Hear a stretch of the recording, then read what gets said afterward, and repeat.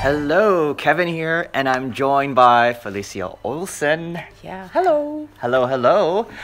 Now, before we get into your number this year at Melodifestivalen, Yes. I think our viewers would remember you from 2013, 5 years ago in Gothenburg. 5 years ago.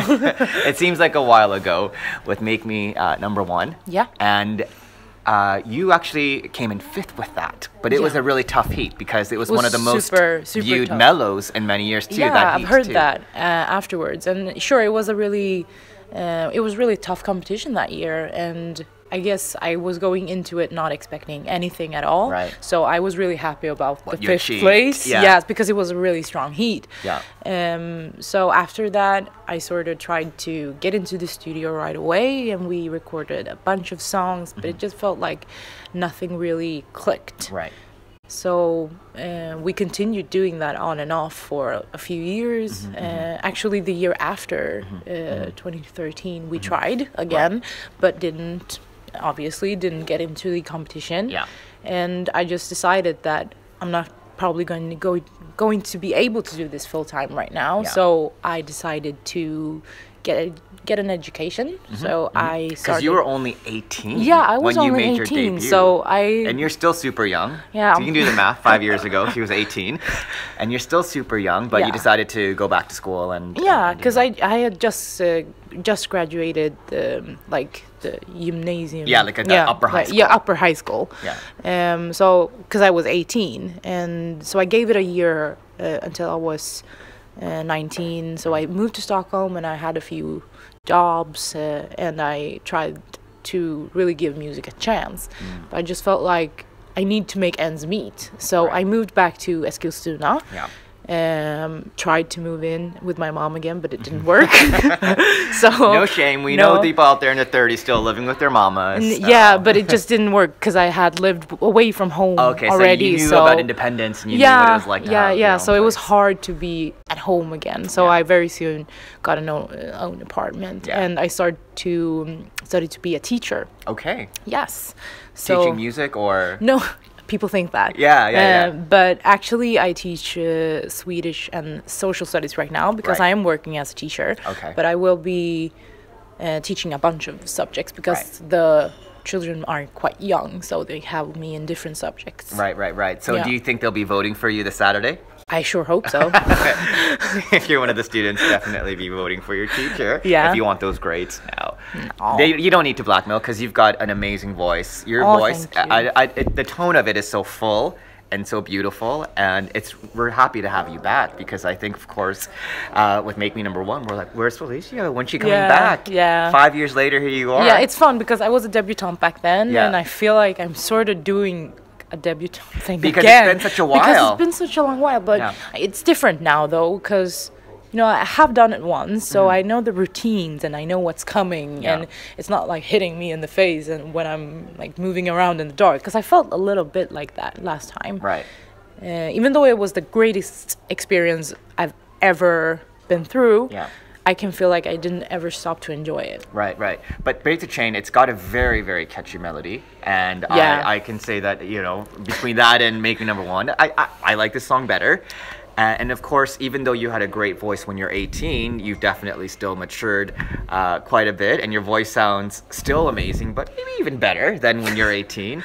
So it is a really good, kind of a fun song. But how did this song come about? Did you get this offered to you or? Yeah, I did get it offered to me, definitely, because I've been working with the same people more or less for the few years that has passed, and it was just like good timing this summer when I sent a text message and just said that, hey, I'm here and I'm available, Yeah. and I'm very eager to get going again if you want me to. I was actually just like, if you want me for a demo, I could work some more, just because I really, really missed the studio and, that whole scenery. Right. And they actually told me right away that we have a song, it's not done yet, but we think it can work for you. Yeah. So as soon as we had some sort of lyric on it, I tried it, and we just felt like, okay, we're going to try this again. Yeah. But I didn't have my hopes too high. Right. Because, you know, there's a lot of songs that want to be in Melodifestivalen. So I was just thinking that it's just a fun way to even have music in my life again, in that sense. Because I had done like a few other things like musicals and stuff like that, and I love that too. It really developed like the whole stage presence. Absolutely. And you know, the voice. Did you do it before when you were 18, or was it after you did your first round of Mello? No, I had no experience at all. Because even before. then you had some pretty good stage presence when you were standing there and singing your song. But actually, before Mello, 2013, I think the biggest stage I ever performed was like at my school. Oh wow! But you looked like such a natural then, so that's why you still look like a natural. It kind of felt today. like I was going from the shower to Scandinavia. but definitely I've done a few more things. Yeah. And like with the musical, you really get to learn, like, because I had the main role, so I was always on stage. You always have people looking at you, and you need to perform. It was really a different thing, and I think that it gave me a lot of good experience. Yeah. Now this song, because I remember all of the 90s, but you remember only half of it if you have early memories. If I remember. So there's a lot of elements about this song that really it really, I don't know, to me brings like this 90s feel, which is I guess retro now, and but there's also some modern production values. Is this something that you were going for, or that you realized afterwards, after you heard the track? And the song actually changed quite a bit from the demo. From the first time we recorded it. From the first time it was quite simple. It was just like a really, really clean melody. It wasn't a lot in the production. So I didn't know that it was going to be as pop or as, you know, as modern as it is now.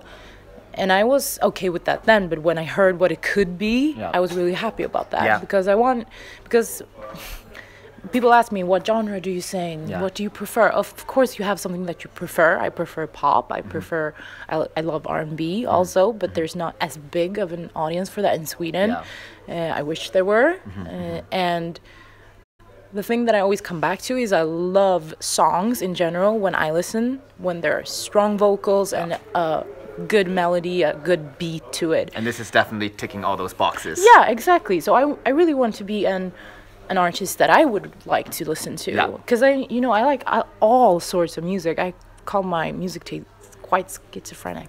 All over the place. Yeah, it is all over the place. Music in general. Music is music. Yeah, I seem to go for like strong vocals. And as long as it's a good melody, catchy song, then I like it. And the staging is effective because, again, you don't really move around all over the stage. You're standing in spot, but you have, you know, some really cool light effects and smoke. Was it something that you were playing a part in when it was coming to staging, or were they like, do this, and you're like, all right?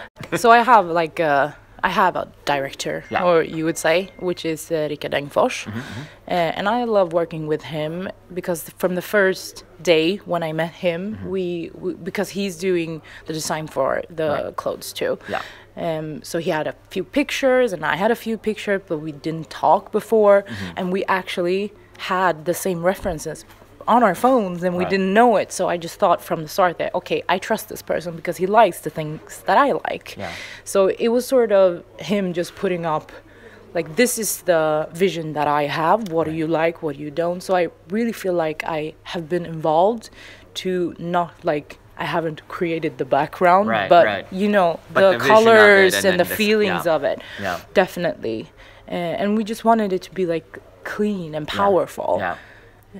Because it is a strong song, and we want to speak for that. And I don't move a lot. But because your voice speaks for itself too, so it's definitely really cool. At the beginning, one thing that caught, I guess, my eye is you have this motion where you're taking off like a shawl or something like that. What is that symbolizing, kind of? Like shedding a layer. Shedding a layer. As you kind of get down to more of the song. Because I said, you know, I love R&B, so I wanted some R&B element. You know, I'm telling you a story. Definitely. Even though I can say that maybe I'm not really at that place in my life now that this is my life, that thing that I'm singing about, but I've been there so many times.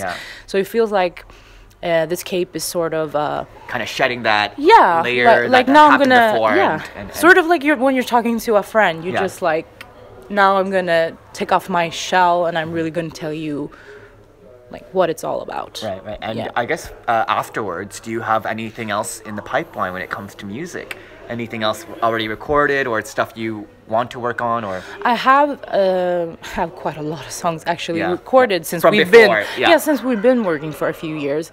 But it's just a matter of putting the things together. What do makes we sense, want? yeah. What if we're gonna have a smaller album? What do we want to put with what? Yeah. But I definitely feel like I have some material already. But I'm hoping that after this I can record even more. Right.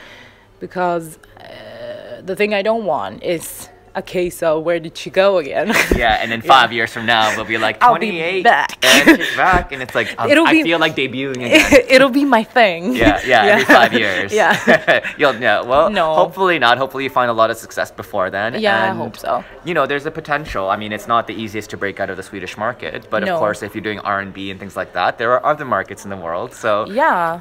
who knows where you might Definitely. end up or what you might do, but Break That Chain is an awesome song. Oh, thank you very Felicia much. Olsson, thank you so much for your Thank time. you. And break a leg on Saturday night. Yeah, thank you so much. Thank you.